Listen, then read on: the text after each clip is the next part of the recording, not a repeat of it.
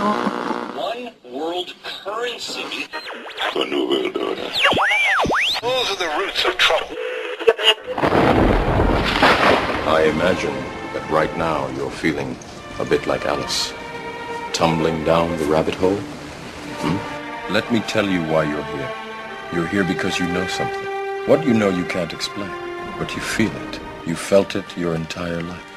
That there's something wrong with the world. You don't know what it is, but it's there, like a splinter in your mind, driving you mad. It is this feeling that has brought you to me. This is your last chance.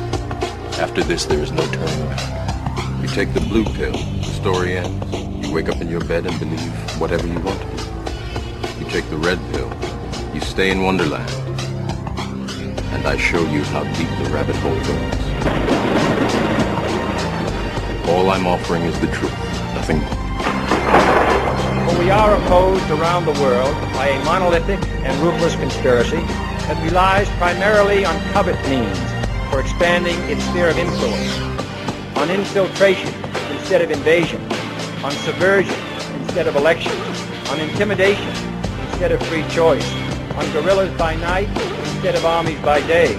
It is a system which has conscripted vast human and material resources into the building of a tightly knit, highly efficient machine that combines military, diplomatic, intelligence, economic, scientific, and political operations. Its preparations are concealed, not published. Its mistakes are buried, not headlined. Its dissenters are silenced, not praised. No expenditure is questioned, no rumor is printed, no secret is revealed. But I am asking your help in the tremendous task of informing and alerting the American people. And now, welcome to another episode of Down the Rabbit Hole. Here's your host from federaljack.com. It's Popeye. Ladies and gentlemen, welcome to tonight's live edition. It is April 5th, 2013.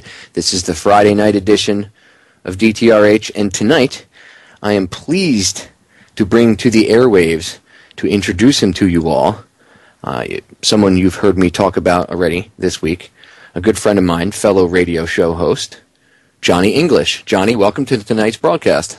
Why, thanks, Popeye. Thanks for having me back on again on your new digs here on the new station. I'm proud to be on here with you, and hopefully we can carry on our rousing conversation that we always seem to have on cutting through the BS. That's right. And for those of you that don't know, Johnny does a regular broadcast with me about at least once every 2 weeks. We get together for 2 hours, and we go through the news stories, insanity, whatever we feel like ripping apart and covering. And rarely, once in a while, but rarely, will Johnny and I actually talk off air about any of this stuff, because that wrecks the conversation. So a lot of the stuff that I throw at him, him and I have not had a conversation yet about it, which is hard because I'm friends with him. So off air, it's hard not to talk about certain things. But I try to keep it, because it's spontaneous is better, and I'd like to get your live reaction to things. So, in the coming weeks and months here at Unbound, you're going to be able to hear Johnny coming on my broadcast, and you'll also be able to hear Johnny in another way, because he's going to be bringing his broadcast to Unbound's airwaves coming soon. So, and I'll leave the suspense there. That way it can build up, and I'll let him make his announcement whenever he wants. But stay tuned. Oh, yeah, I'm sure people are just waiting with bated breath. Oh, they will be. Oh, Johnny English is coming to Unbound? What? Wow, Rowan Atkinson's coming. Oh. Yeah, Rowan. Yeah, it's not. Johnny is not the same Johnny that was in that stupid James Bond spoof. He's not Rowan Atkinson. It's not Mr. Bean. I promise you. Yes, I'm not an Englishman. Yeah, he's not an Englishman at all, by any means. That is my name, by the way. I can prove it, unlike a certain sitting president. Ooh, is that a shot at the... No. The dictator-in-chief right now? No. Was that a shot below the bow, Johnny? Oh, look at that. Ladies and gentlemen, first segment's quick, you know that. First break sneaking up on us, but we'll be back in a quick, short few minutes. Don't go anywhere. Ladies and gentlemen, we are back. And again, I'm sitting in tonight with my good friend Johnny English. And for the new listeners here on Unbound, I want to take just a few short minutes to reiterate what I was talking about in the beginning in case you missed the first quick segment. Johnny has been a part of my broadcast for a while now, and when I moved over here to Unbound, I wanted to make sure he was still going to be able to come on the broadcast because I was changing up my time slot. He used to come on with me on Sundays, and I was just happy as could be to find out that he would be able to come on with me and still continue the broadcast. Now, what is the broadcast him and I do together? That would be Cutting Through the BS with Johnny English. And basically, as I said in the first segment, we go over news, and pretty much anything. Just the craziness of the day, what's going on, the agenda, this overall agenda. We cover everything under the sun. And I throw things at Johnny to get his opinion. And as I said, this is not scripted, nothing. I don't even tell him what we're going to talk about before I bring him on air for 2 hours. So yeah, I'm completely in the dark. I have no clue. Well, it's the best way because I get your raw, non-practiced, real reaction to whatever I throw at you, which is what I want. So now the new listeners have an idea of who Johnny is. As I also said, stay tuned because Johnny's broadcast will be showing up here on Unbound shortly. Johnny, what's the name of your broadcast that they can...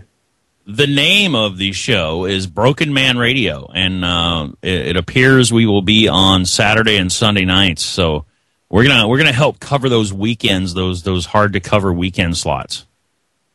Awesome. See, perfecto, ladies and gentlemen. I was doing just one show, like 1 2-hour show a week, and now I'm gonna be basically. It still is only going to be 2 hours, but I'm going to do an hour on Saturday, hour on Sunday. I think it's better because it stretches it out over a 2-day period. Yeah, I mean, it's people more to listen to during the weekend. They can tune in, to Johnny Saturday and Sunday.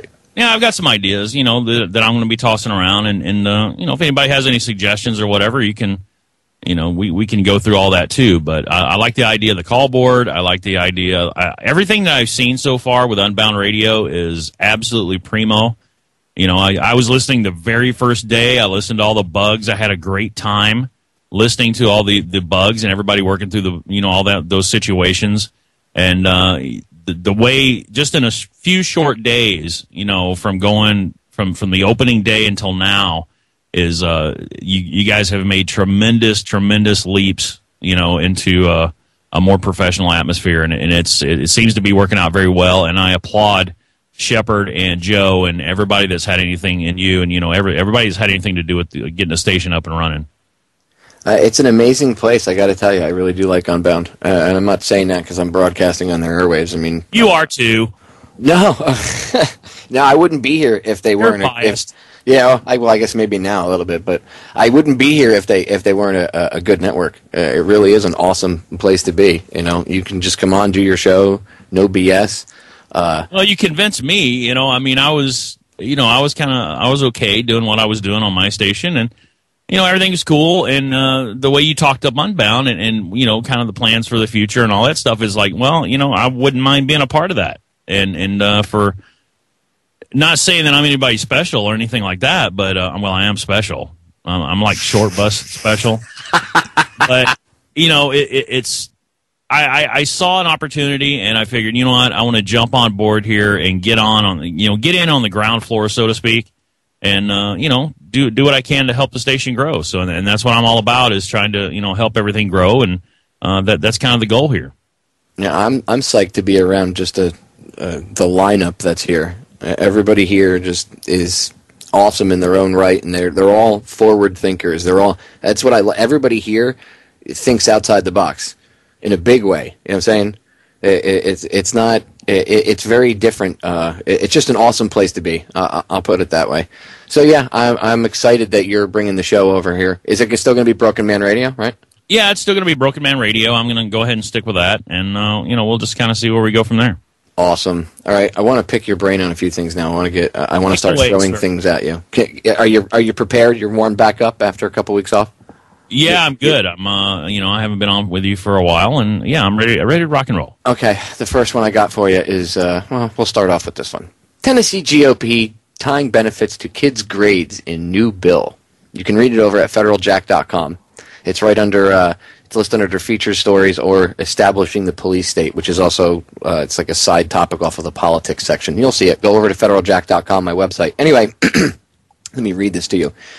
Tennessee welfare recipients could soon face a new hurdle in qualifying for assistance: their children's grades.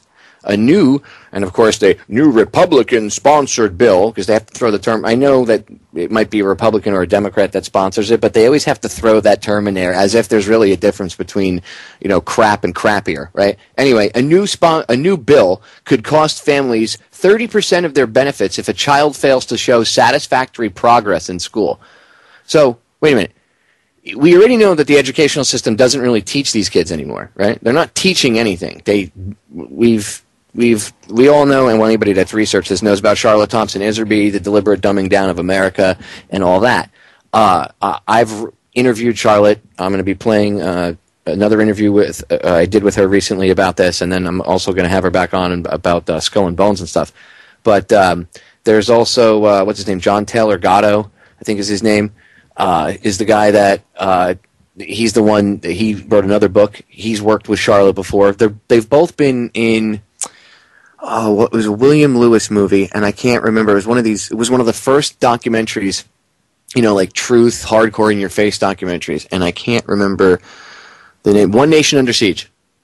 She was interviewed in there, and so was he. He's got a book out. You should get her book. If you don't know what I'm talking about with the educational system, you need to go learn this, because this is okay. The reason I'm giving you a little background is so you can understand what I'm about to get into. They've destroyed the educational system. So now that I've covered that in a brief nutshell and told you where to go if you don't know where, and again, Deliberate Dumbing Down of America is the book. DeliberateDumbingDown.com is her website. Charlotte Thompson Iserby, go check her out. That's a good start, and then go from there. Anyway, they're not teaching kids history or math or any of that stuff anymore.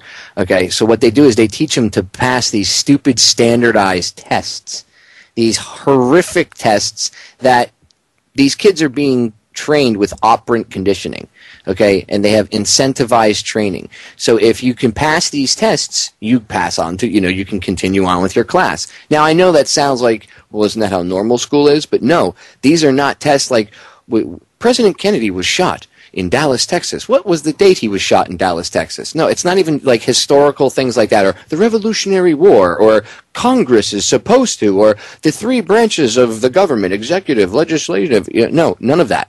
Okay, they don't discuss any of that. It's what's on that booklet is what they're taught, and that if they don't pass that test, then it reflects negatively on the teacher and the school. Well, now they want to make it in Tennessee reflect. Actually affect people's food stamps and stuff.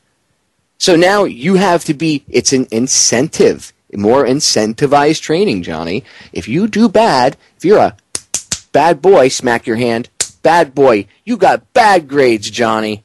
You got bad grades. Guess what? Now your family doesn't eat because of you. You don't get food stamps for a month. Well, this whole thing is, sir, it's all just another part of this fake bipartisan crap that they've been shoving down our throats for years, where the liberal side, they're always in support of government programs, and, of course, the Republican side always come and find some way of making it more difficult for people to get on these programs. Now, I'm kind of up in the air still, because there are good people out there that have problems, and they have things happen to them at some point in their life, and they can't help it, or it's just, or maybe they make a mistake, something that's a kind of a one-time mistake, or accidents happen, okay, and people need help sometimes. I'm all for those people getting help, but there are a majority of the people that are on these programs are abusing the system, and it's designed that way. They want you on the system. They want you on the government dime, so that you have to depend on them every waking minute of your life to survive. That's the entire process. That's the point behind all this. It's easier to control you. Yeah, exactly. They can control what you do, what you eat. I know back in the day, the food stamp program, there were only certain things you could buy, and now you can actually buy. I heard today, somebody told me you can actually buy I can't remember which big pizza chain it is, but you can actually go in and buy these $5 ready to go pizzas with the food stamps now, with your link card, because of course they don't have the actual stamps anymore, they have the cards. So now you can actually go stop by on your way home from, well, you're probably not working, so you're on your way home from your spending whatever money the government gave you, and you can swing by and get you a nice pizza with your link card. So, it's all BS. It really is. They're both sides are shoving each thing down your throat when really behind closed doors they're all laughing at you. And there's a watch how we can make these people jump. We'll just add some more rules on here. And I grew up down south, dude. It's not, I'm kind of hard on the southern school systems anyway because I was raised in them. Yeah, they're all look. I know that that none of the school systems in this country are functioning properly and haven't been for a long time. Now take something that you already know is broken, right, and then break it even worse. Yeah. Like, look, only one of the wheels is broken off the Tonka truck, so let's take it out and run it over. That's what they're doing with the school system. They've completely destroyed it. And I know what you mean about being down in the South because I live in the South, and the school system down here, dude, South Florida school systems are the worst. I know there's more parents down here that send their kids to these private schools than they do public schools. And then what pops up all over the place? The charter schools. And Charlotte and I get into that when I play the interview, the latest interview I did with her. I'm going to play it in the next week or so here. She talks about charter schools. In fact, that's one of the first things I asked her about in the interview because she explains what they're really about and everything. And you see a lot of them pop up down here. And then a lot of them are frauds, too. They'll pop up, open up, they get all this money, funding from the state and this and that because, they're a school and blah, blah, blah, blah, blah, and this program and that program. And they get all this money in, and then they don't get enough enrollment in. So they go, we didn't have enough enrollment, and they close the doors. But what about all that money you got? We tried. The school was open for X amount of time, and it just didn't work out. And it just so happens that many of these schools are just open just long enough so they can't get in trouble. You know what I'm saying? And they just happen to close down after that period of time ends. You know what I mean? You know what it reminds me of? They tried to build a NASCAR track right here close to where I live, and they took money from people. They took season pass money, and you could buy a seat, and you were guaranteed that seat for the first 5 years, and they took loads and loads of money, and they never got it approved. And those people walked away with the money. That's what it reminds me of. It's a scam. It's just a scam. Which, I think you and I had that conversation last time on the show. We were talking about colleges and how, in reality, colleges are a scam. Nowadays, yeah. If you look at a lot of these things, dude, it turns out that a lot of it's money-making scams. And I know the word scam might be... That's rough, yeah. Yeah, someone might go, what is it, like Nigerian scammers? Okay, it might not be on that blatant of a level, but you're still getting ripped off, so... Speaking of that, Popeye, I have $4 million waiting in a bank account in Nigeria, just so you know. Did you get your email today from Prince I did. in whatever part of the Congo? I sure did. I don't know if I should answer it or not. I'm thinking about it. I don't know if I can, they want me to send some money so that they can send me the information on the account. I'm thinking about it. I've got the email already typed out. I'm just waiting to press send. My favorite are the emails that you get. Like, you've won whatever X amount of dollars, $1 million, but we just need some information from you. And there's like 15 things they want from you, and it's like everything they need to steal your identity in 30 seconds or less. Yeah. How did I win a lottery how did I win if you didn't even know who the hell I am? Yeah, how did I win a lottery in Kosovo when I've never even bought a ticket? Yeah, unfortunately, a lot of people fall for this type of crap. Oh, it's unreal. People are stupid. Yeah, they are, unfortunately. The break's sneaking up on us. Ladies and gentlemen, don't go anywhere. We will be right back. More with Johnny English. Ladies and gentlemen, we are back. Make sure you check out Unbound Radio, the site itself, the Facebook page, and the Twitter page. Unboundradio.com. That's the website. You can listen to the stream there. You can check out all the hosts there. You can check out the archives and everything there. It's all there for you. You can listen on TuneIn. Yep, TuneIn. And then I'll give you the names of the. Let me give you the name of the Unbound Twitter page. I want everybody to go follow it. That's got Twitter.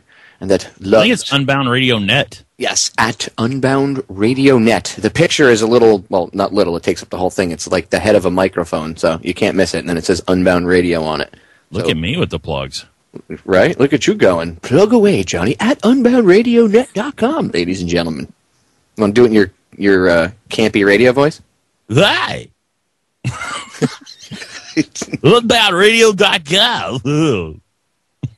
Priceless. Priceless. Also, look us up over on Facebook, ladies and gentlemen. That's right. Check us out. Like us. Love us. Share us. That's right. The more social networks, the better. Right? I can only deal with 2 right now, okay? That's enough to deal with. I saw... It's a little bit of a private joke, ladies and gentlemen. Johnny has a membership, I think, in every social network that exists on the planet. I don't use them all. I really don't use them all. The only thing I use really is Twitter and Facebook. That's pretty much it. Although, even though I have all these other accounts, but like you and I were talking earlier today, if you have a Gmail account, then you automatically have a Google Plus account. You've got a whatever the other Instagram. I don't know. I don't think Instagram is part of them, but they switched the YouTube channels over the other day to like Google Plus accounts because I got a message randomly to my email. Hey, we've enrolled you in Google Plus now. Congratulations. Oh, thank you. One more way to track me. Yeah. And now everybody and their mother is Popeye. Bing, bing, bing. I'm like, oh God. Every day my email has 5 or 6 new. Hey, Google Plus. Their circle or whatever. And I'm not even. First it was, join Google Plus. Now I'm in it without my consent, and this person added you here and there. I've never been on it, so I don't even know what I'm being added to. Okay, I have no idea what Google Plus even looks like. You're being added, and you have no clue. Never been on it. Nope, never once have logged into Google Plus, and I probably never will, ever. I have a bazillion. I probably have about 25 or 30 different invites to join LinkedIn. And I get them all the time, and I don't like anybody that sends them to me and hears this broadcast. I'm not ignoring you. It's just I don't have a crew, so I do my show 5 days a week now by myself. Production, video editing, audio editing, research, all by myself. I run Federal Jack, the posting articles and everything, all by myself. So it's a lot of work, and then I help out Unbound as much as I can. So it's a handful, you know what I mean? So I would need a crew to be able to operate all of that, in order to have what you have, dude. I don't know how the hell you do it. You can't honestly. You only like you weren't kidding around. You only honestly use maybe 2 or 3 of them out of that pile of social networks that you have. Yeah, I mean, I've used Google Plus before, but it's not. Google Plus is it takes a while to get used to it. It's a little bit odd. And then right when I got used to the very first version that came out, well, then they changed it. So now it's like a new version, and I haven't even I've played with it a little bit, but it's just really odd. It seems like all these programs are going to like a how the apps on the iPhones and Androids, the apps work differently than an actual program where it's you might have a few less little things in the apps than you would in the full program, like Skype, for instance, on Windows 8. The app that comes with Windows 8 on Skype, you can't. I couldn't find any place on there to add a call. There was no place on there. You mean so everything's crap? Apps. Windows 8 should just be renamed crap. It should. It should absolutely be named crap. And we've had this conversation where Windows does this, like every other version, like Windows 7, yay! Windows 8, bleh! Windows 9 will probably make pancakes and drive your car for you. Oh, no, it's Windows Blue, sir. It's not, I believe they took the numbers out. Why? Why do they got to... I don't know.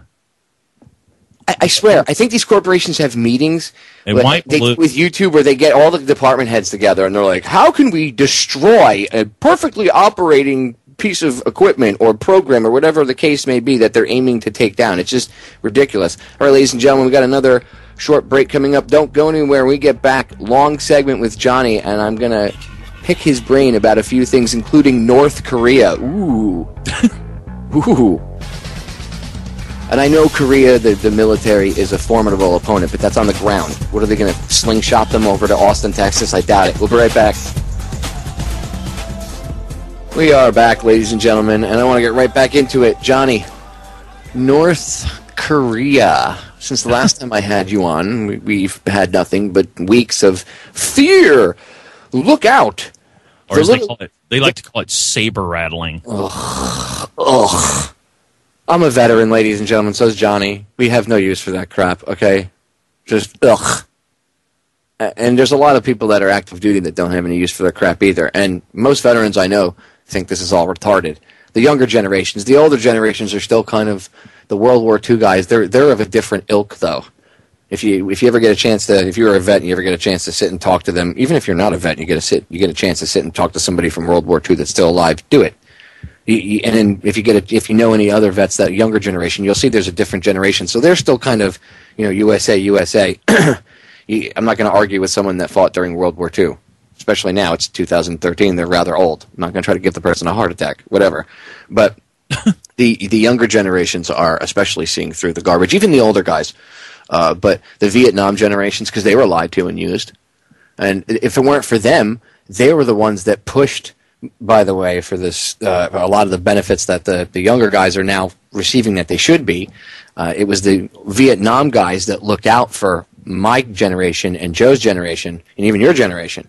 It was them that looked out for us and pushed so that they wouldn't, our generation wouldn't get screwed. We're getting screwed anyway, but they got screwed even worse. So, at least it's improved somewhat. Not much, maybe about 2 inches if you looked at it on a scale, but I digress. Anyway, that's just one more reason, by the way, not to go to war. Do we need to create any more disabled veterans? Right? Do we need to create any more widows? I don't think so. But there's really no reason to go to war with North Korea anyway, dude.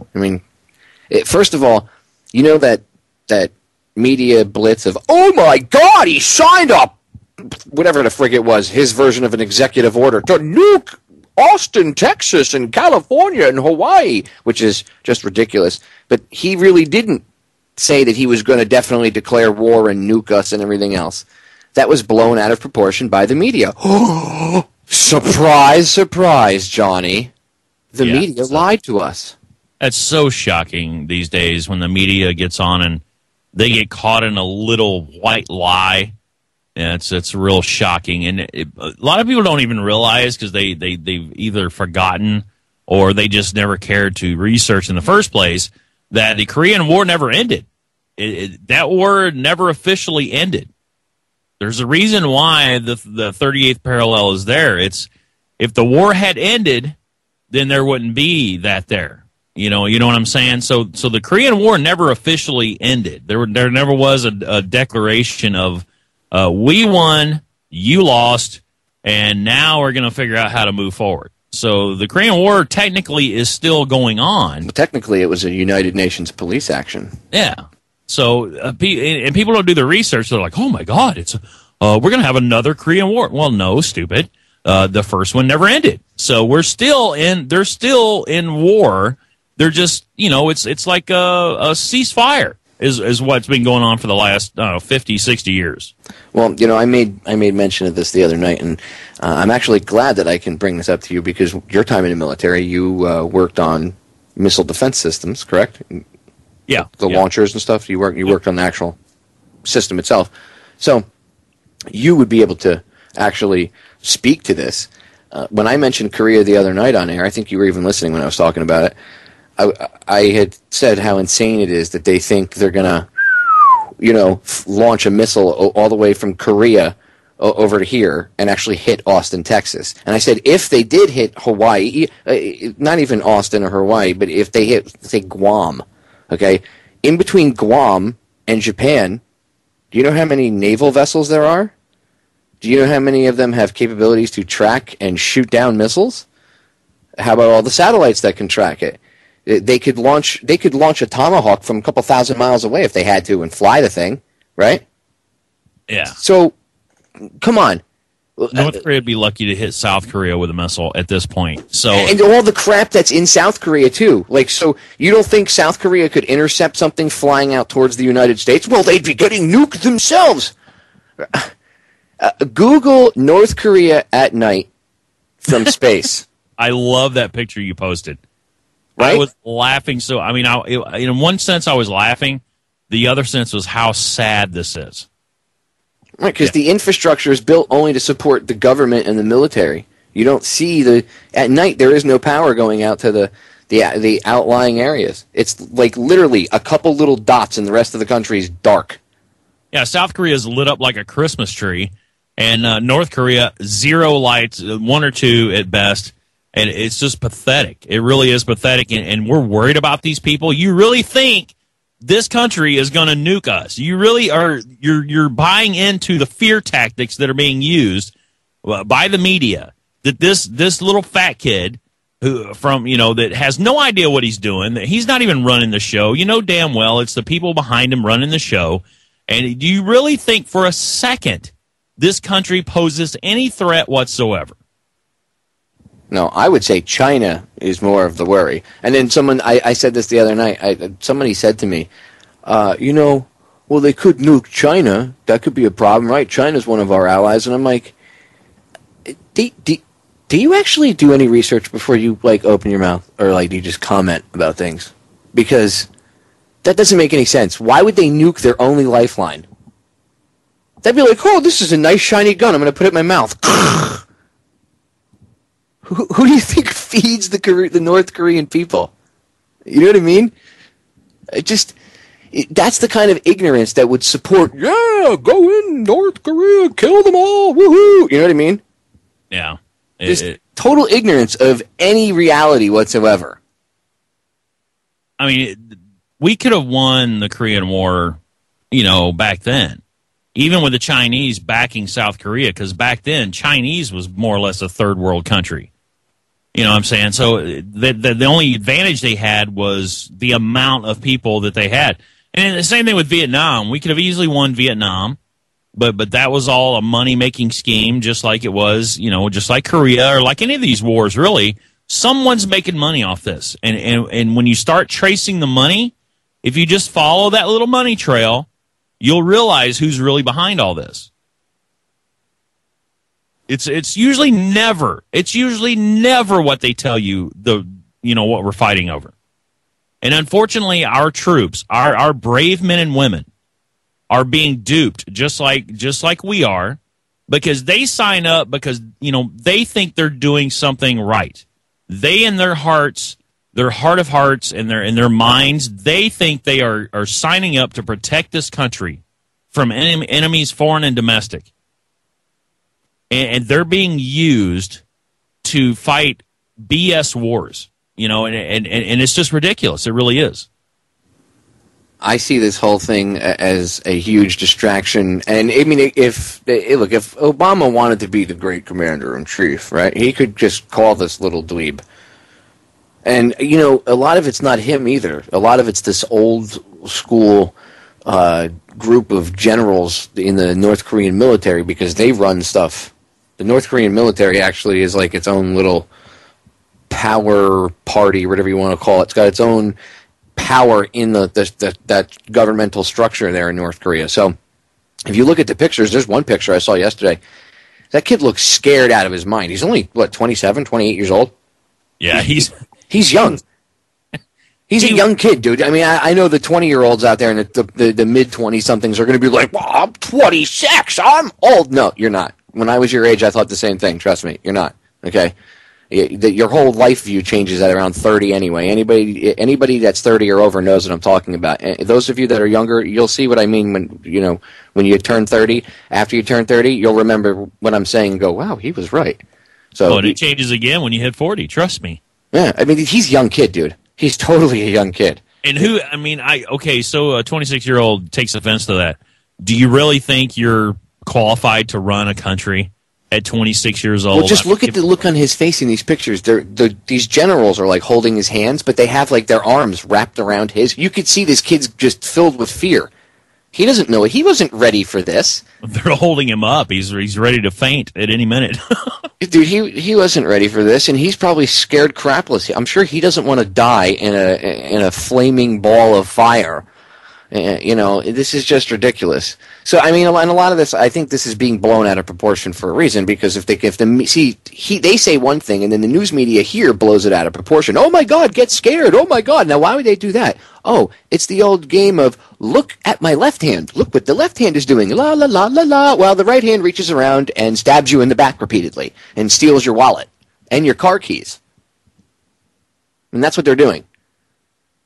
I'm not saying that a possible war with North Korea wouldn't be a bad thing. It would be, but realistically, it wouldn't really go beyond Japan and South Korea. Well, what about our troops in Japan, Popeye? Well, why are they in Japan 60-plus years after World War II? Anybody want to answer that question?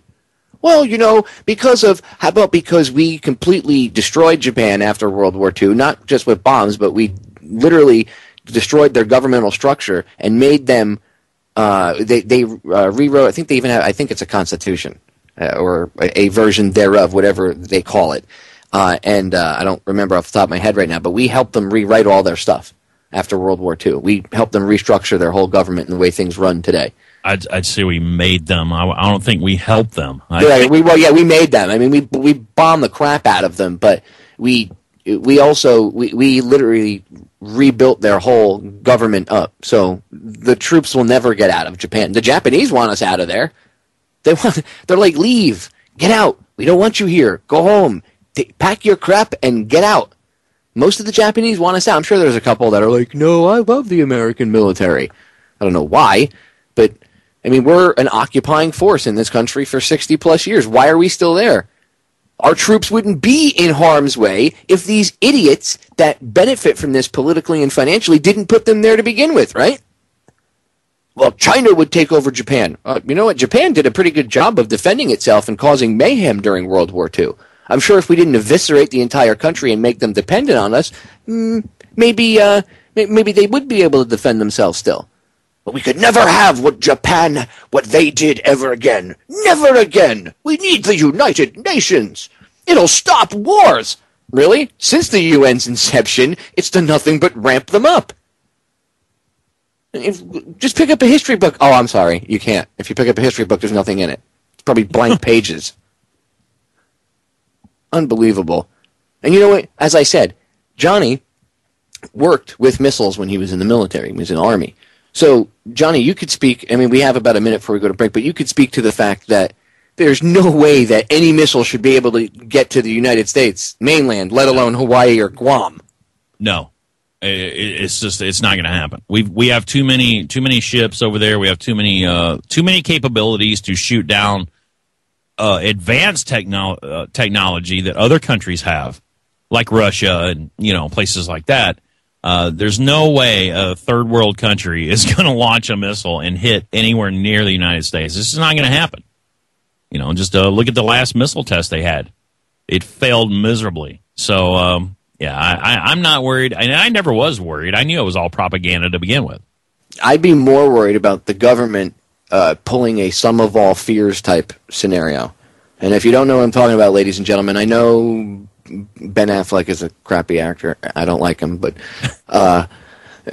he's in the movie. What can you do? Sometimes you got to deal with things, right? But if you go watch the movie or read the book, it'd be easier to watch the movie. Most people aren't going to have the patience to read the book because it's huge. But if you watch the movie, you'll get the idea, the premise I'm talking about. They would false flag an event and blame North Korea. Like, they would just take a warhead, park it in a van in a parking garage somewhere, detonate it, and then, the North Koreans did it, or the Iranians, or whatever bad boogeyman of the day that they'd like to take. What are you trying to say, Popeye? That they would false flag an event. What? Yeah, I know. Not our government. Our government loves us. I'm from your government. I'm here to help you. One of the world's biggest lies. We're going to break. We'll be right back. Ladies and gentlemen, we are back with the final segment of the first hour. Wow. Where did that go? First hour's already over? Yeah, it flew right by. Then I just blinked and it was like, where the hell did that go? Literally, I didn't even realize it was the final segment of the first hour. I thought we had like one more segment until the final segment. Wow. That went by fast. See, there's so much crap to cut through. I got one. That's what we do. I got one. I got a quick one before we go to break. Okay. Obama moves to outlaw Bitcoin. No, who didn't see that coming? Yeah, I think when I started noticing Bitcoin was starting to gain a little traction, I'm like, well, that's going to go down. Somebody's going to step right in and stop that. And ta-da! When I saw it go up, what was it, like 2 weeks ago? It was like, well, I guess it's longer now because it's already April. So probably like 3.5 weeks ago, we'll say, is when it started to make this drastic jump. I mean, it was already up in the 40s, but a month ago, not even a month ago, it was at like $40-something per Bitcoin. Now it's like $140-something per Bitcoin. And then there's also Litecoin too. When I asked a friend of mine what the difference is, he explained that Bitcoin's gold, Litecoin's like silver. Easy way to, get an understanding of the difference between the two. But Litecoin is already at like $4-something or $5 or whatever it is per coin. It's ridiculous, dude. It's just going up. And why? Because people are looking for alternatives to what's controlled by these scumbags that keep crashing economies. It jumped coinciding with that whole thing in Cyprus. And from what I understand, they're going to install the world's first Bitcoin ATM over there. Yeah, by the way, if you wonder why the North Korean deal, why that was a distraction, Cyprus is one. There's really 2 or 3 things that happened this week, about the last week or so, that the North Korea deal has been used to, kind of keep us distracted away from. But go ahead, I'm sorry. No, go ahead. Well, no, I just, it's ridiculous that people aren't even noticing this stuff. The Cyprus thing kind of got swept under the rug, and there's a couple other countries that are having issues, with financial issues and things of that nature. But dude, I got HBO. Didn't you see the latest show on HBO Showtime or? Well, yeah, there's I think American Idol's winding down. They're down to the final few contestants there. And The Voice is fired up, and they're going, so they're going to be able to pick up when American Idol is off the air, and for this season, and then you can just continue on watching yet another reality show. What sport is going on right now? Is it soccer, baseball or football season? Baseball's getting fired up, my friend. It's in full swing, you might say. Can you tell I don't care? I don't pay attention to any of that crap because I had to ask you. I'm a guy, and I had to ask you what quote unquote sports season is because I don't watch that crap. And I just see it being tweeted and all this stuff. I don't watch. I don't watch it either. It's a total distraction. It is. It's a total distraction, and it's frustrating because I have like really intelligent friends that I'll try to talk to, and they'll be on par with I'm starting to realize what's going on, and then they're like, but I got to I'm going to go watch this TV show or whatever, and I'm like, what? Hello, turn that thing off. Well, I use it kind of as a way to distract me just a little bit. I want to take a bat to the television. Seriously, I don't have cable coming into my house. There's no cable reception.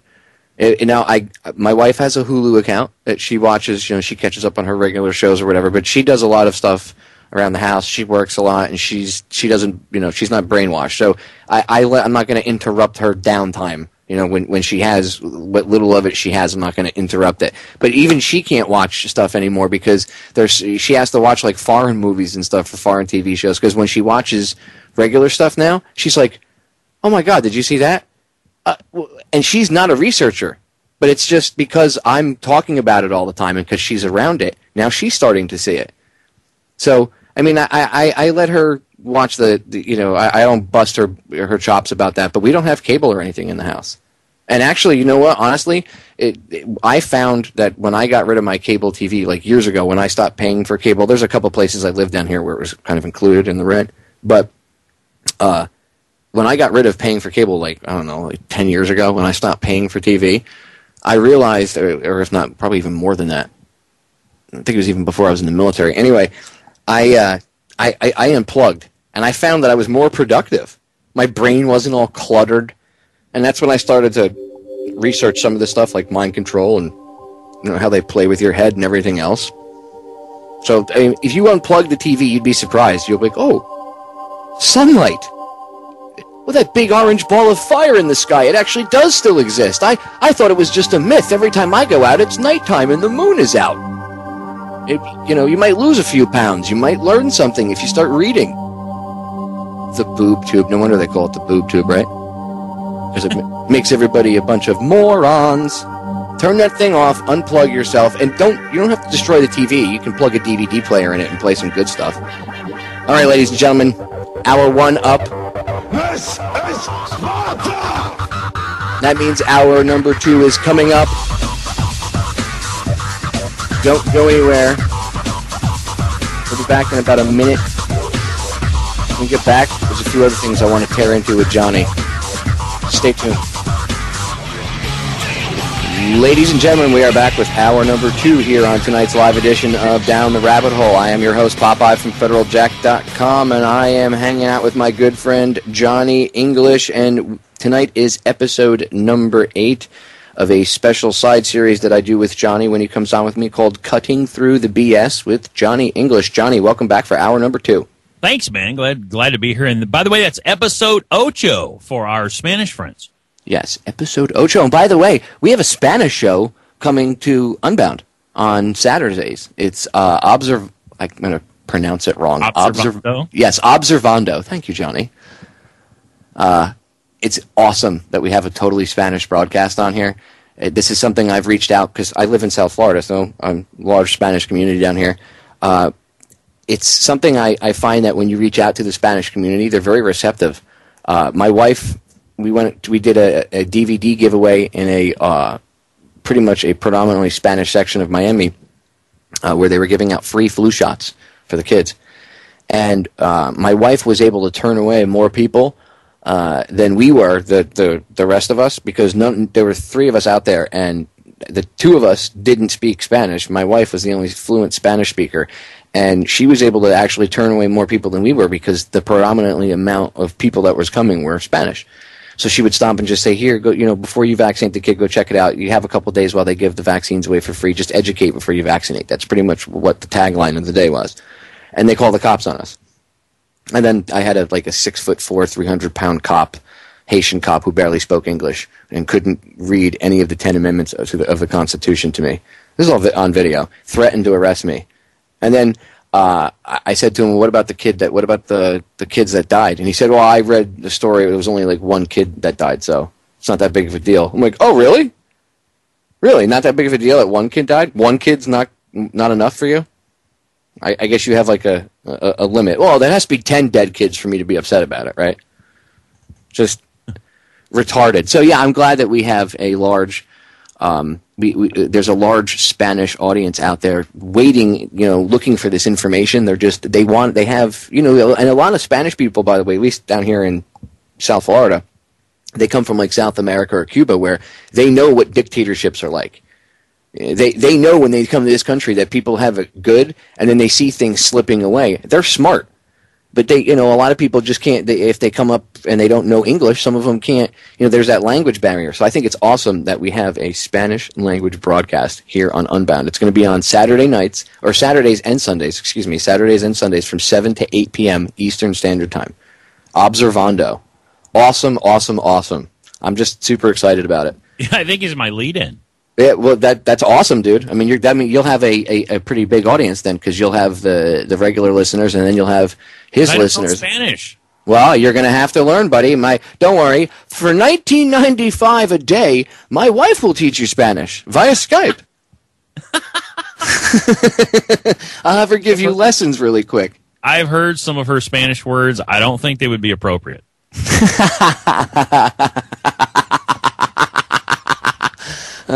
She'll teach you the good stuff. Don't worry. I think it's cool though. I've put out. We've had this thing with a Spanish website for a couple of years now over on Federal Jack, my website, where we have links to their stuff. And I put out. I put out Jason Bermas's movie with Spanish subtitles, Invisible Empire. We're going to break, ladies and gentlemen. We will be right back. Go check out Observando on unboundradio.com. We'll be right back. All right, Johnny, before we get into anything else, there's one last thing I want to cover with North Korea really quick, which I neglected to mention, and I've mentioned this before. Everybody says, well, what about the nukes? They have nukes. Okay, well, besides the fact that nuking anybody around them would be retarded because all the fallout would fall on them and kill their own people anyway, including the idiots that push the button, so they know that. Believe me, they do have some smart people there, okay? I'm sure it's not a country full of morons. There are a lot of brainwashed people there, but there's also people there that go along and get along. They don't want to die. It's more out of fear than anything else. But they do have intelligent people in North Korea, so they know what would happen. Okay, but the nukes that they have are more of a bargaining tool than anything else. Once in a while they might light off an underground test or something, but it's more of a paper tiger type thing The technology dates back to World War II. Again, the Japanese were working on atomic weapons at the end of World War II. The reasons that we're told about the Korean War are not the true reasons. If you want to learn more, actually, Joseph Farrell over he's got a website, and I can't remember the name of the website right now. It's not Joseph Farah, the guy from W&D. It's a different. This guy's Joseph Farrell. He's an author. He's got multiple books. I can't remember the name of his website right now, but you can just Google him. Look up the SS Brotherhood of the Bell is a good book. There's a bunch of other stuff. That will lead you to some other reference material where he talks that he mainly references a lot of what the Nazis were doing, but in there he talks about what the Japanese were doing, because the Nazis were also playing with atomic weapons. In fact, they actually had a working atomic weapon before we did. So again, all of this stuff dates back to World War II. So in order to understand what's going on today, one must go back in history and look at World War II, but not look at the history book that you've been given by the Rockefeller-funded Department of Education. You have to go actually do some research on your own. I know. I don't have time. You don't understand, Popeye. Oh, I understand that you don't have time, but you need to make time. The excuse of I don't have time, when you actually verbalize that, you're literally creating that reality for yourself where you don't have time. If you just stop creating your own roadblock and you stop creating the issue and just say, I'm going to do it, you'll find the time. You'll be surprised. And I speak from experience. Well, there's time. It's just how you manage the time is really where most of us screw up. Well, yeah, well, exactly. So, how much time do you waste, like, when you get on your computer and people go on Facebook, I'm just going to check and see if I got any messages, and then 25 minutes later you're looking at stupid memes? Well, that's what Facebook's for. That's you don't think that there's a whole method to the madness behind that? Come on. And then while you're there, ads are popping up. Yeah, I get lost in YouTube. I'll start clicking. Oh, look, there's another video. Oh, wait. And oh, here's some more that we suggest that you 3.5 hours later. What? 5 a.m.? Yeah, look at the clock. It's like having a conversation with you late at night. I look at the clock. It's 5 hours later. I'm like, holy crap. Right? I had plenty of those. I'd be working on Federal Jack on the background. Next thing you know, it's you get distracted. And it happens with you throw away 5-6 hours, and all of a sudden you're like, I wanted to research, and then but now you have your life picks up because now you have work, or now you have family, or whatever, and I know life is chaotic, but we have to make the time for this. We have to.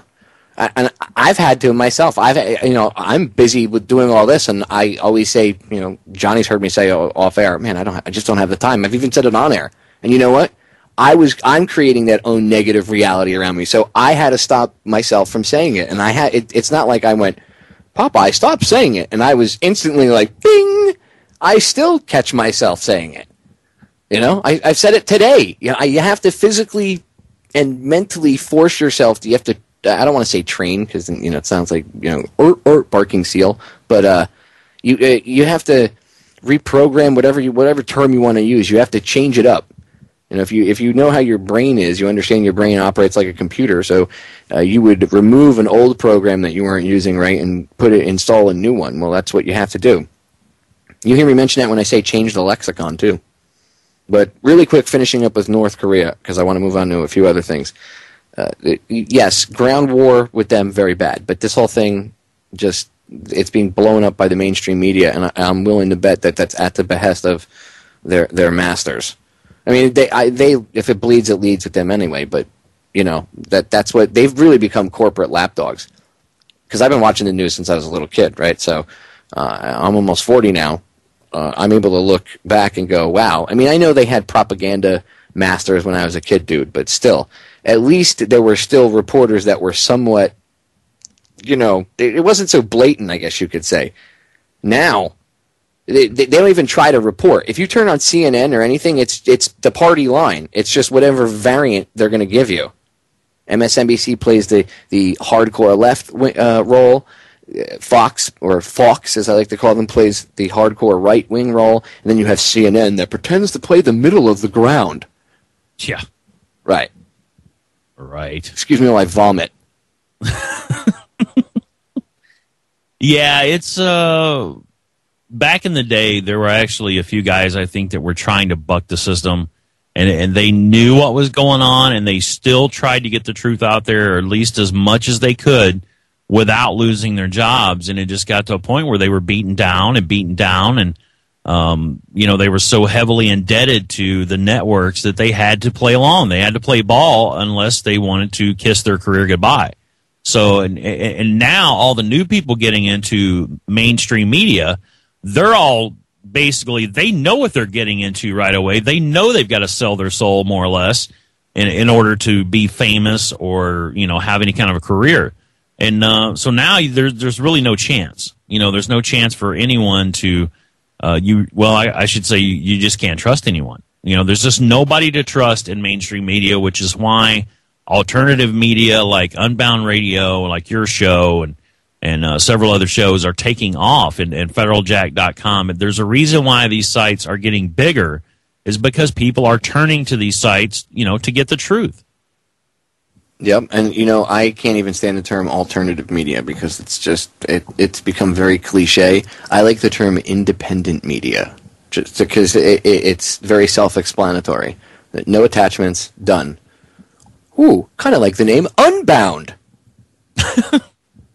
Ooh, see, wordplay. You and your word, you hate the word movement. Now you hate the word alternative. No, I can't stand the word movement. Okay, I can't stand when people are like, "This is the truth movement." No, stop. Blah. Okay, stop it. This isn't a movement. This is just people waking up. Okay, but it's a movement. No, it's not. Movement makes me think of a bowel movement. Okay, that's what the term makes me think of, and that's what this thing is going to become. It's going to become a big pile of if people keep referring to it as a movement. It's just an awakening. It's just the evolution of humanity. It's like any other species. If we did not evolve and adapt to the change that is happening around us, and I don't mean the manufactured change by the morons that shouldn't be in power, I mean the reality of what's happening, okay? Things are changing around us throughout the entire universe. And I'm not talking about, planets and everything. I mean everything. I mean everything from planets, stars, energy, whatever. Everything evolves, okay? Nothing is forever. The only the only constant thing is change, something like that. Or nothing lasts forever. The only constant is change. I'm paraphrasing and murdering the quote, but everything is changing. Okay, and we either adapt and evolve, or we, like Bill Cooper said, we have this choice. And if you don't know who Bill Cooper is, go look him up. William Cooper, Behold the Pale Horse. Great book. I don't agree with everything he said, but the man was a very smart individual, and it's a shame he's not around because I would love to have picked his brain. But he said that mankind is coming to a point where we're gonna have a choice, and you make a left and you go down into hell and absolute tyranny, or you make a right and we move on up into enlightenment and everything else, and we evolve as humans and as humanity, and we're coming up to that fork in the road. We're at the precipice, and we have to make a choice. Okay, and I've talked about this before in my older broadcasts. You can find them in my archives over on federaljack.com, so you can get a better, more in-depth understanding of what I'm talking about. But we have a choice, and if we make the wrong one, if you think it sucks now, well, the universe has a way of, if you haven't learned a lesson, it has a way of doubling down so that you maybe learn it that cycle, so you don't have to get recycled. We don't have to keep getting recycled and going through this, because that's what this is. This is all a learning experience. We're all evolving. And if we don't evolve, if you don't adapt, what happens to species that don't evolve or adapt when their environment around them is changing, Johnny? What's that word that begins with an E that they become?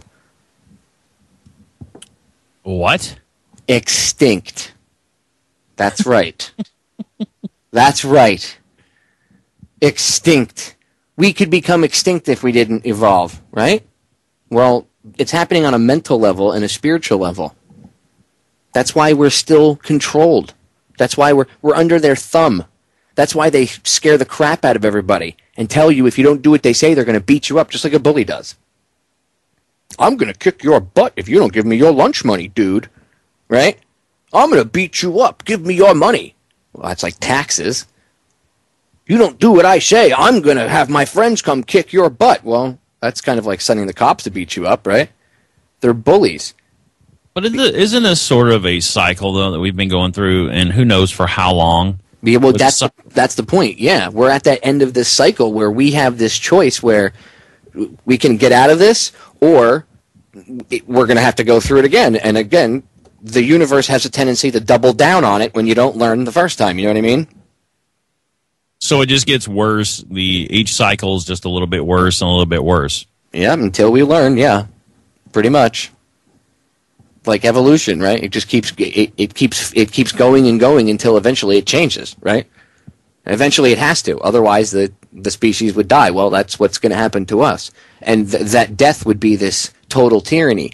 And the sick part is, if it goes into that level, it really will be kind of like the Dark Ages was, but with this really wicked technological twist where, the powers that shouldn't be today will be able to do, or would be able to do, whatever they wanted back, hundreds of years ago, thousands of years ago. Tyrants, throughout history would have loved to have the technological advances that they have today. Now, that doesn't mean that we haven't had technology, a high level of technology in the past, and it's been stifled and blah blah blah blah blah. I'm just saying that the technology available at the fingertips of the powers that shouldn't be today would be envied by like Stalin or Hitler or Mao Zedong. I mean, they could only wish that they could be as efficient to kill people with drones from the sky with a JDAM missile, or track them via their cell phone, or facial recognition software, which is cameras all over the place. I mean, you can't go anywhere without having a camera watch you, right? Oh yeah, these guys would they would have gone a lot further with their agenda, having the even 3/4 of the technology we have today. Dude, what Bloomberg does in New York City alone is like Stalin's wet dream. I mean, they could have, and I'm not saying that he exterminates people the way Stalin did, but I mean, they only wish that they could be as efficient as getting people to tolerate the crap. Really, I honestly think Stalin and these guys would take a note from the way that these politicians do it today, because they were more heavy-handed back then and they used fear and stuff. Not that these people don't use fear now, but they're just slicker about it. They're a lot more slick. People buy into. It's like they play into that side of people that really believe that no, that won't happen here, and they play it up, and then again, it's the left hand. They got you watching the left hand, and the right hand's reaching around and stabbing you in the back. It's the way they work. They're scumbags. Yeah, I describe that as like a magician, where he's showing you one thing with one hand and then pulling the trick with the other. And that's exactly what it's like. Yep, sleight of hand. Good example, Johnny. Nice example, Johnny. Sleight of hand. Thank you, everybody. All right, ladies and gentlemen, quick break coming up. We'll be right back in a few minutes. Don't go anywhere. Ladies and gentlemen, we are back. Johnny, we got a short 5-minute segment here, and I want to get into something because, this will probably get carried over to the next segment, but I wanted to allocate the extra 5 minutes at least for it, because this plays into the whole destruction of the family and the morals and everything else. Now, you're a father, and I know you have kids. Obviously, you're a father, but you have daughters, correct? Right, yeah. Okay. Now, I haven't talked to you about this. This is going to be raw reaction, but I want you to. I want you just to hear a little bit of this, and I want to get your take on it, and you'll understand why, ladies and gentlemen. I'm bringing this up. It was an article I found in International Business Times. The title I posted on Federal Jack. It's the title is "Former Vogue Editor Reveals Models Are Eating Tissues to Stay Thin." Now, Popeye, why would you talk about this? Well, the little girls of today are taught through the media, not a responsible parent, but by irresponsible parents, some that may mean well, but just they're ignorant of what's going on, perhaps. Many, I would say, irresponsible parents, like the pageant moms and that kind of stuff. But these models are looked up to by girls from all ages. As old as they can even 4 or 5 years old, if they can recognize beauty, or they're exposed to it by like their mom or whatever, and they can recognize, you know, fashion models and all that stuff, and they like that, they're exposed to this stuff at a very young age. And what do they see? They see these wafy, thin models. You know, back in the day, models used to actually be thicker and have curves, like Marilyn Monroe. The models they use today are super, super skinny. And apparently, this former Vogue editor this is in her book, so there could be embellishments, but this is not the first time I've heard of this either.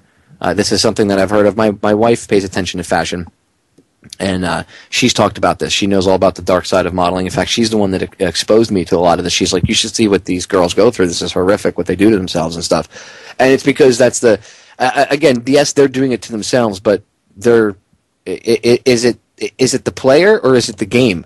You know what I'm saying? Do you get mad at just the player, the individual? Do you focus your view very myopically on that one individual, or do you actually, instead of looking at the symptom of the problem, you actually try to treat the problem, which is the industry itself? And I won't read the whole article, but I just want to read this little clip. You can go read it again over on federaljack.com. It says, Clements, who was Vogue Australia's top editor for 13 years, recounts on one occasion she didn't once see a top model eat a single meal on a 3-day gig. Even worse, she recounted on the last day of the job, while the model could hardly hold herself up or keep her eyes open. So the girl was so malnourished that she could barely keep herself like standing up. She had to lean on the table, eyes rolling back in the head, which, again, this isn't the first time I've heard this. My wife exposed me to a lot of this stuff. Showed me a few different documentaries and stuff, and actually showed me, like, she told me stories. And I've known girls that modeled and stuff over the years, and some of them told me stories here and there, but I really didn't. It wasn't as in depth, and I wasn't as exposed to it as I have been over the past few years, and it's really horrific. So these girls are starving the living crap out of themselves, literally not eating for 3 days. They call it being Paris thin. Apparently, there's in the modeling industry, it's called being a fit model, and that's the models that they actually, you know, the designers use to fit the clothes and stuff for. And they're like wafy, super thin, super, super, super, super thin. And these are the girls that are eating tissues and stuff, right? Well, yeah, they don't go out and tell people that they're not eating meals or they're not eating tissues, but they are skinny. So when these young girls are trying to figure out how they get skinny, right? And then they go on the internet, because the internet is there now, right? They go on Google and they go, how do models get skinny? And if you Google that, or whatever search engine, start page, whatever you want to use, right? You use whatever search engine you use, you look it up. What will you find? You will inevitably find articles about models eating tissues or not eating or starving themselves. And these young girls at a very young, impressionable age will go, oh, well, if I want to look pretty like her, I need to starve myself. Not understanding that behind that is a whole makeup crew, designers that are the clothes, they're fitting them so that they look a certain way on the girl. The magazines don't tell you that. The clothing companies don't tell you that. They just show this wafy, thin model that looks good in the clothes, and the girl wants to know why she looks the way she does, so she finds out how that girl keeps herself that thin, and then she stumbles upon models eating tissues, or not eating, or whatever else they do. I'm sure there's multiple other things they've done, probably some of it very disgusting. And all in the name of what? Beauty, supposed beauty? Ugh. There's nothing pretty about it. No. Nothing at all. No, starving yourself like that is there's nothing pretty about it. And when we come back on the other side, Johnny, I want to get your take on it, because like I said, I know you have kids. Ladies and gentlemen, stay tuned. We will be right back. We are back, ladies and gentlemen.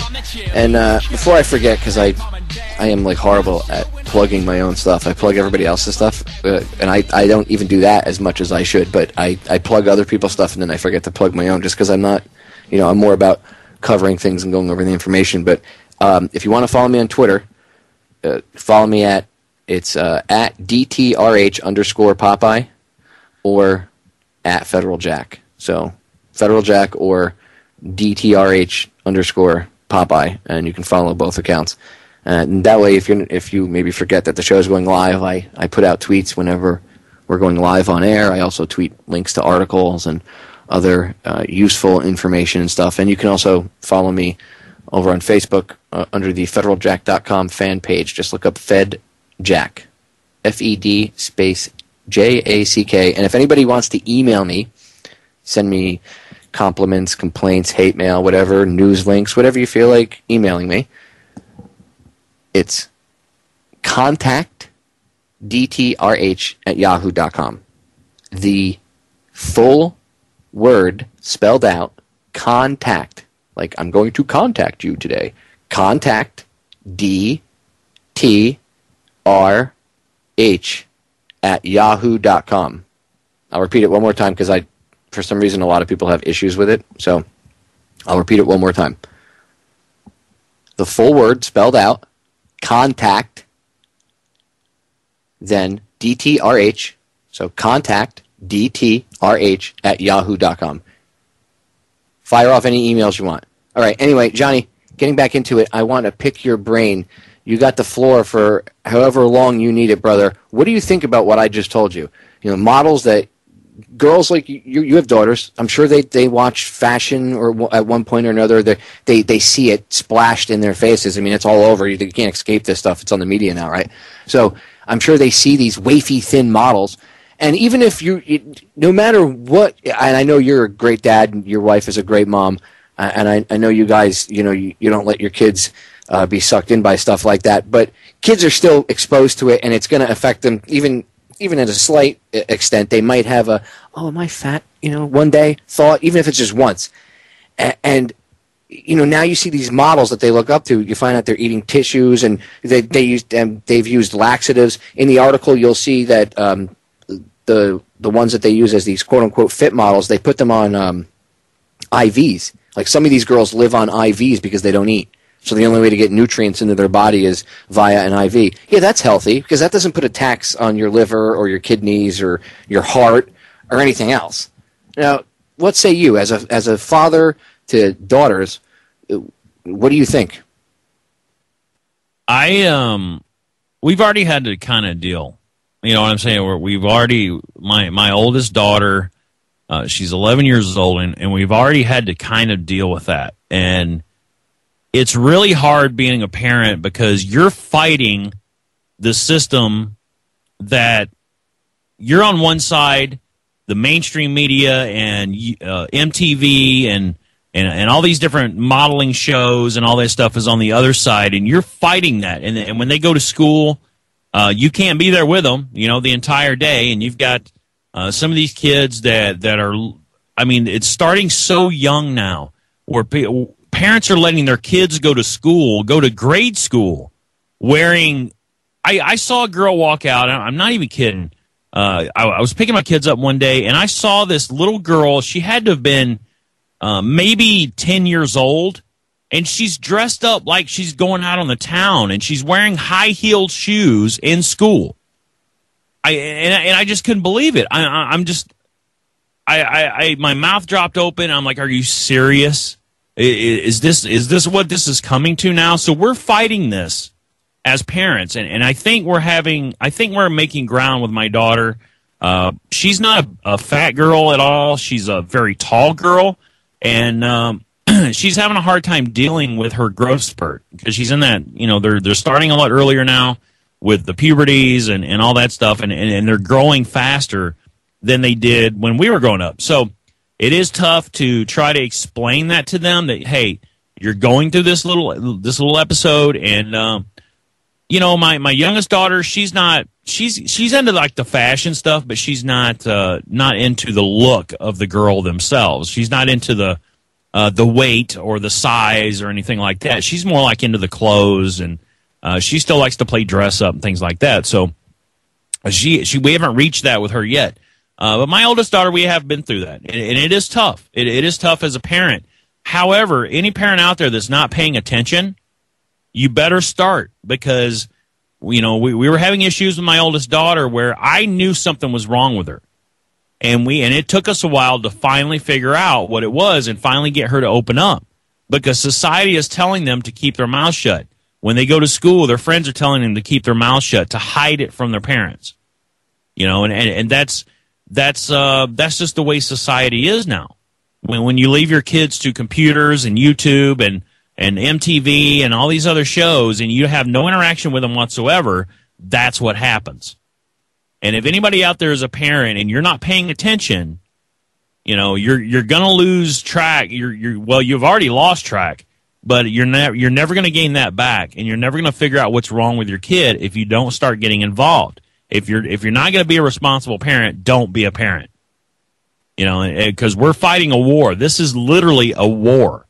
Now, on the good side, on the flip side of that, I happened to just catch a morning show one day. I came in from work. I was working third shift, and coming in from work, my wife's watching the show, and they actually were showing plus model mannequins, where they're actually showing mannequins. They actually have mannequins in certain stores now that are, what they call them plus models.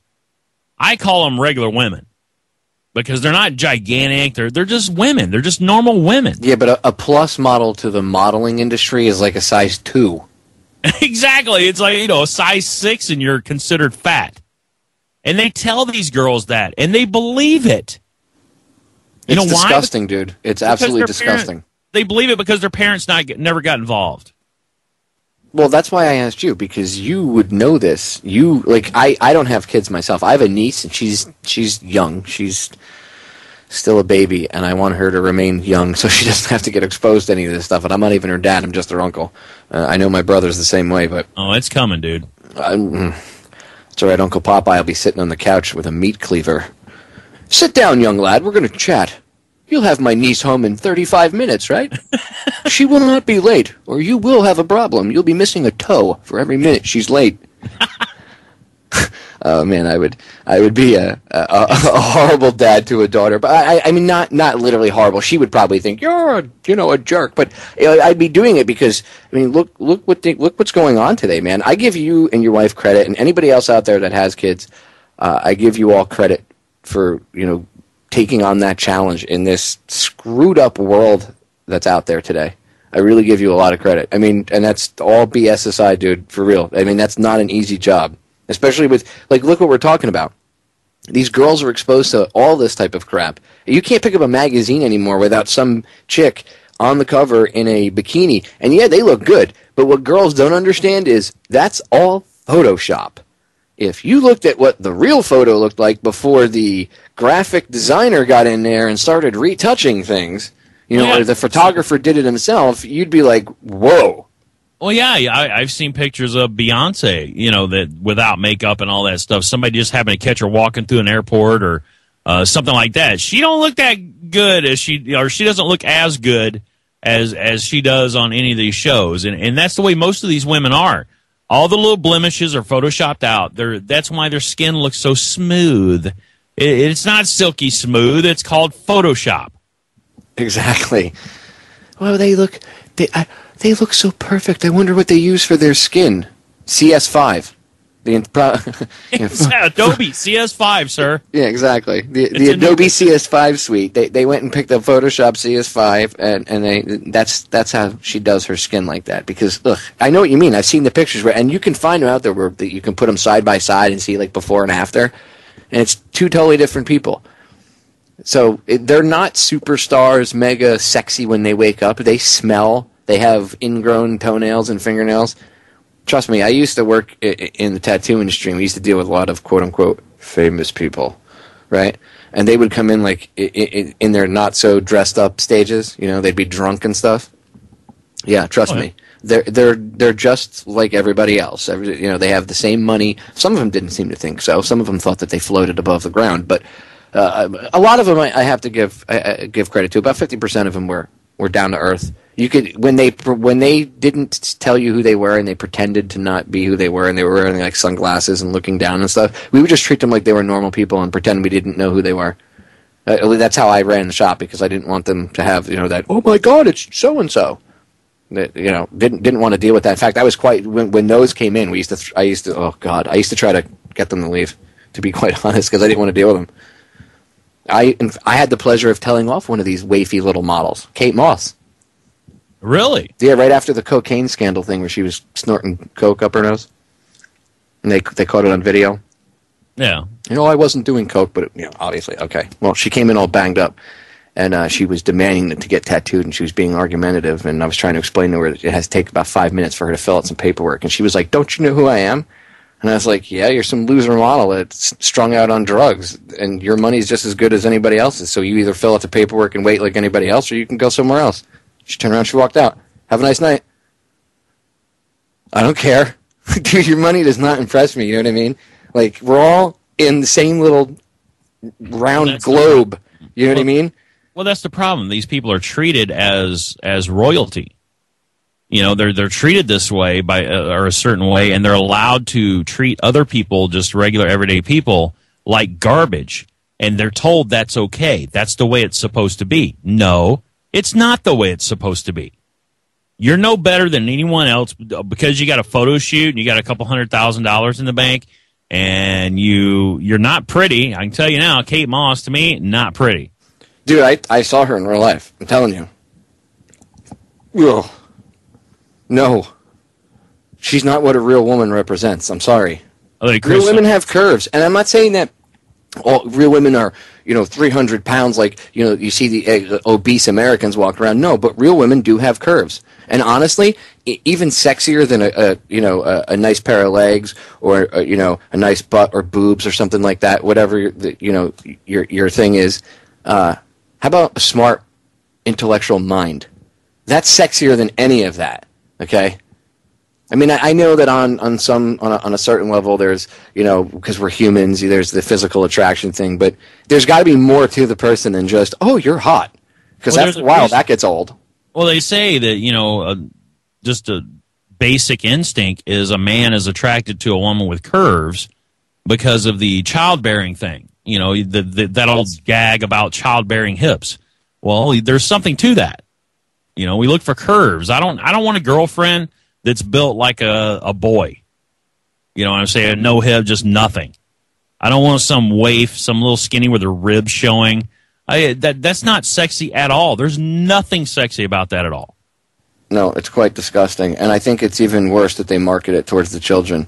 And I mean, now they have panties for kids. I mean, just saying the word panties and children in the same sentence creeps me the hell out. Okay, yeah. They shouldn't be marketed towards kids. And the people that come up with these ideas and think it's a genuinely good idea, you need to be taken out to the woodshed for real. They're trying to force children to grow up a lot faster, and in turn, yet another distraction. Because they're having to go deeper and deeper into younger and younger kids, and deeper into that pool, I should say, of children, and they're teaching this stuff to them earlier. They're getting to them earlier than they would have 10 years ago. So they're trying to, just something else to keep them even distracted even more than we were when we were growing up. And it's a destruction of the moral fiber of the person's character. Oh, absolutely. The whole family unit. Exactly. It beats it down. And again, that's what feminism was about, because it gets the kids out of the house at a much younger age and into the state's hands at a much younger age, where they're more malleable, and you have what you have today. All right, ladies and gentlemen, we have a break sneaking up on us. We'll be right back. Final segment coming up of tonight's live edition. Don't go anywhere. Ladies and gentlemen, we are back. Final segment of tonight's live edition of Down the Rabbit Hole. Johnny, before I forget, I want to thank you, brother, for coming on. And, first week, and we were able to get in the inaugural Cutting Through the BS edition here on Unbound. Yeah, I quit my job just so I could be on the show tonight. He's not kidding. No, I really do appreciate you having me on, man. I always loved doing radio with you, and we always had fun doing the Cutting Through the BS shows, and now we're going to be able to continue that, hopefully, and however, if it's once a week or once every two, however we get that worked out, we'll figure it out, and I love doing it. It's always fun. We always have a really good time, and, we'll just continue that on here at Unbound. I think it's going to be great. Yeah, man. Onward and upward. And, in the future broadcast, we'll even, because it's the first week, and it was the inaugural edition of, Cutting Through the BS. So I just wanted to get into some topics with Johnny and pick his brain, especially since I haven't had a chance to talk to him, on air like this in a few weeks, and go over all the craziness. But eventually, we're going to start to maybe we'll have like last half hour of a couple of the broadcasts. We'll take some phone calls and stuff, and even chat with the listener. So I look forward to making it even a little more interactive here and there. I took phone calls the other day. It was kind of fun. So I like being able to take phone calls. I don't do it every day because if I did, I wouldn't be able to get to all the things that I want to get to because I have a limited amount of time. But now that I'm live 5 nights a week, I do have an extra day where if I want to do a call-in show for 2 hours, I can do a call-in show. So it's kind of cool. And again, big shout-out to Shepard Ambellis for putting Unbound together and then inviting me over here. Joe Joseph doing a hell of a job behind the scenes running the whole thing. So big shout-out to both of them. Kudos, guys. The network is coming together. All the hosts love it. So thank you very much for giving us such an awesome piece of equipment to take on these dirtbags that shouldn't be in power. Johnny, I want to give everybody we got a few minutes here before the end of the segment, and I want to give everybody a solution before we go. I like to leave things on a positive note. I think tonight's solution, we should stick with this since we were talking about like the models and stuff. I think tonight's solution should just be, look, if you have, and this will be my quick thing, and I'll give Johnny a few minutes before we go to say his piece as a parent, but I think, as someone who's got a niece, and I care about her, I will tell you that I will do, and my sister-in-law is awesome about this already. She's good about this. She's smart.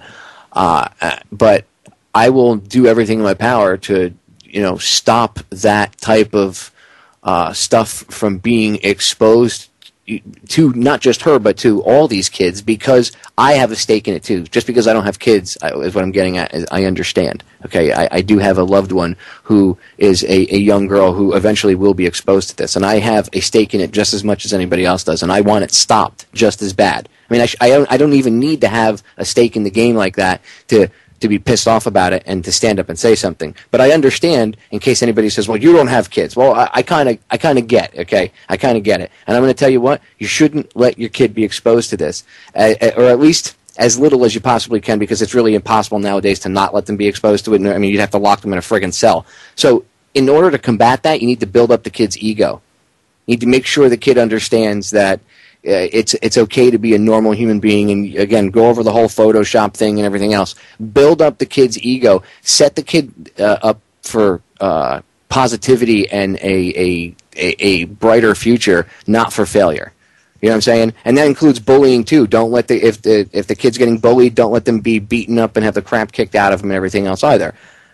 Teach them to stand up for themselves, and give a crap about themselves enough to stand up for themselves, because that's really where it is. All right, Johnny, like final minute and a half. What do you think? What solution would you throw out there to the parents? If you have children and you're not getting involved with your children, and I know it sounds like a broken record, where spend time with your family and spend time with your kids and all that, but really every little bit counts. If the kids are spoiled to the point where they don't want to spend time with you, then you've done a piss poor job. You're not doing what you're supposed to be doing as a parent. My kids actually ask for family time, for family game time and things like that, because we've done that in the past, and we try to do that as much as we can.